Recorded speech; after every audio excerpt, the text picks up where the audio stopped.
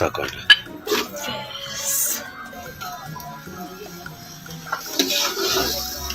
Dilam pesto kuchi.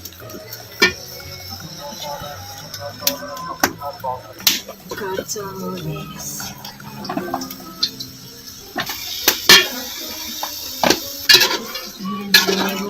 লাল লাল হওয়া অবধি দিয়ে দিলাম আদা রসুন বাটা। যেহেতু হাঁসের মাংসতে একটু মশলা বেশি লাগে, তাই এখানে আপনারা আমার এখানে 2টা হাঁস নিয়েছি, আদা রসুন বাটা দিয়েছি।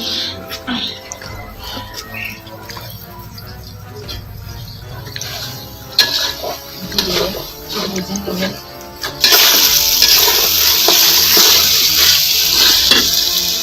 মশলাটা ভাজার পরে দিয়ে দিব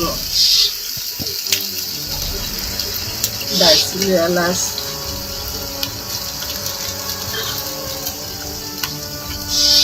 দিয়ে দেব পরিমাণ মতো লবণ,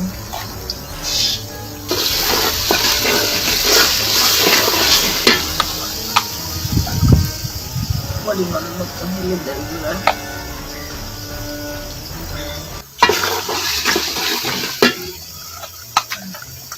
পরিমাণ মতো মরিচের গুঁড়া। আমি হলুদের গুঁড়া মরিচের গুঁড়া রাঁধুনি নিয়েছি, আপনারা চাইলে যে কোনো কোম্পানি নিতে পারেন। দিয়ে দিলাম পরিমাণ মতো জিরার গুঁড়া,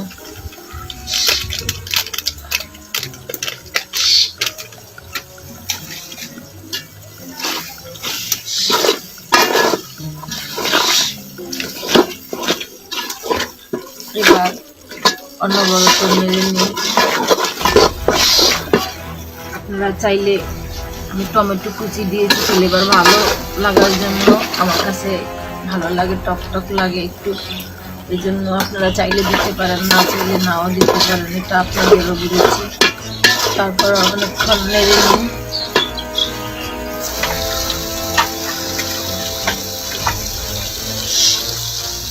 দিয়ে দিচ্ছি এবার মাংসগুলো।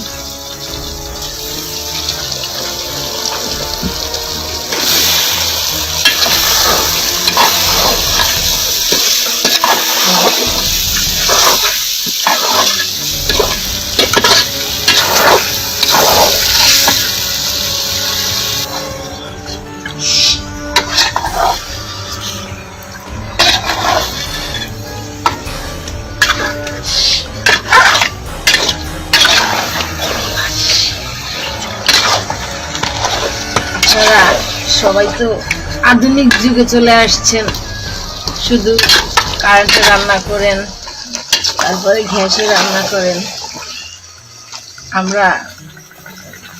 আমি লাঠির চুলা হাঁস রান্না করতেছি আজকে। দেখতে আসলে ভালো লাগে, পুরনো ঐতিহ্য, ছোটবেলায় এরকম লাঠিতে রান্না করতাম। রান্না করে সবাই আনন্দ করে খেলানি ভাত খেতাম, যেটা আমরা ছোটবেলায় করতাম। তো এখন আমি প্রায় লাঠিতে রান্না করে গরুর মাংস, হাঁসের মাংস, মুরগির মাংস খাই, আমার কাছে ভালোই লাগে। তো আজকে লাঠির চুলায় আমি হাঁস রান্না করতেছি। আপনারাও চাইলে এইভাবে, মাটির চুলা লাগে না, যে বিভিন্ন দোকানে সিমেন্ট দিয়ে বানানো চুলা বিক্রি করে, আপনারা চাইলে বাসার ছাদেও রান্না করতে পারবেন লাঠিতে। আমি একটা সিমেন্টের চুলা নিয়েছি, এই প্রায় রান্না করি। তারপরে এখন এই যে হাঁসটা অন্যের মধ্যে কষিয়ে নেব অনেকক্ষণ পর নেড়ে নেবেন, যাতে লেগে না যায়। লেগে গেলে রান্নার টেস্ট চলে যাবে, তাই কিছুক্ষণ পর নাড়তে হবে। নাড়ার পর আস্তে আস্তে পানিটা বের হবে।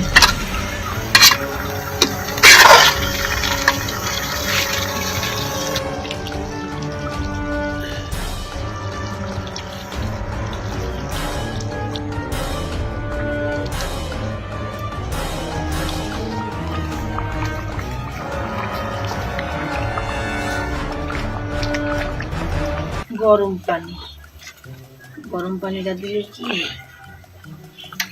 রান্নার টেস্টটা থেকে যায়। আপনি পরিমাণ মতো আপনারা পানি দিবেন, কারণ হাঁস যদি কম বয়সের হয়ে থাকে তাহলে পানিটা কম লাগে, আর যদি বয়স বেশি হয় তাহলে পানিটা বেশি লাগে। দিয়ে দিলাম পরিমাণ মতো পানি।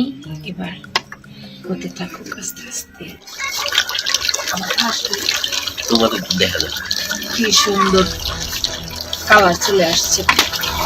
আরেকটু কষিয়ে নেব, তারপর পরিমাণ মতো পানি দেবো যাতে ভালোভাবে সিদ্ধ হয়। যেহেতু হাঁস সিদ্ধ না হলে ভালোভাবে খাইতে ভালো লাগবে না, অনেকে শক্ত শক্ত খেতে চায়।